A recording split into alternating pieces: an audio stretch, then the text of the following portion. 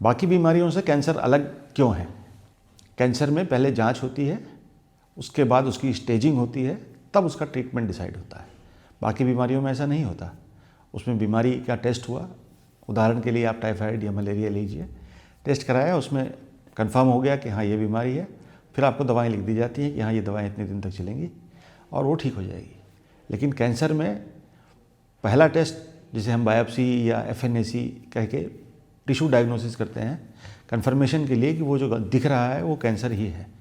जब ये पता लग जाता है उसके बाद एक टेस्ट होता है जिसे हम पेट स्कैन कहते हैं। वो पूरे शरीर को देखता है और ये पता लगाता है कि बीमारी कहाँ कहाँ फैली हुई है, जिसे हम स्टेजिंग कहते हैं। उसके बाद ये डिसाइड होता है कि किस स्टेज में बीमारी है और उसका क्या ट्रीटमेंट होगा, और तब हम ये जानकारी भी प्राप्त हो जाती है कि किस स्टेज की डिजीज़ का इलाज करने से क्या परिणाम हासिल होते हैं। This is the way the cancer has to be treated. बाकी चीज़ों में ऐसा नहीं है और यही सबसे महत्वपूर्ण और भिन्न है।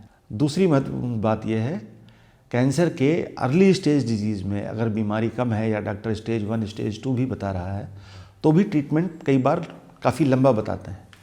उसका कारण यह है कि वही वो मरीज़ हैं जो लंबे समय तक ठीक रहने वाले या अपनी नॉर्मल ज़िंदगी जीने वाले हैं, इसलिए उनका इलाज लंबा किया जाता है ताकि बीमारी दोबारा से आने के चांसेस कम से कम रहें। इसलिए अर्ली स्टेज डिजीज़ के लंबे इलाज पे शंका ना करें, उसे स्वीकार करें और पूरी तरह से इलाज कराएं।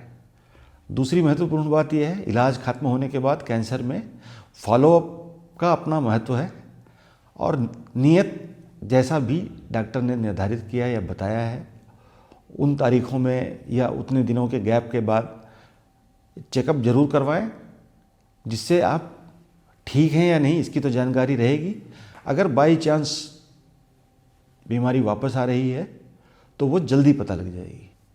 धन्यवाद। मेरा नाम डॉक्टर राकेश अग्रवाल, मैं रेडिएशन का स्पेशलिस्ट हूँ एंड्रोमेडा कैंसर हॉस्पिटल, कुंडली, सोनीपत में।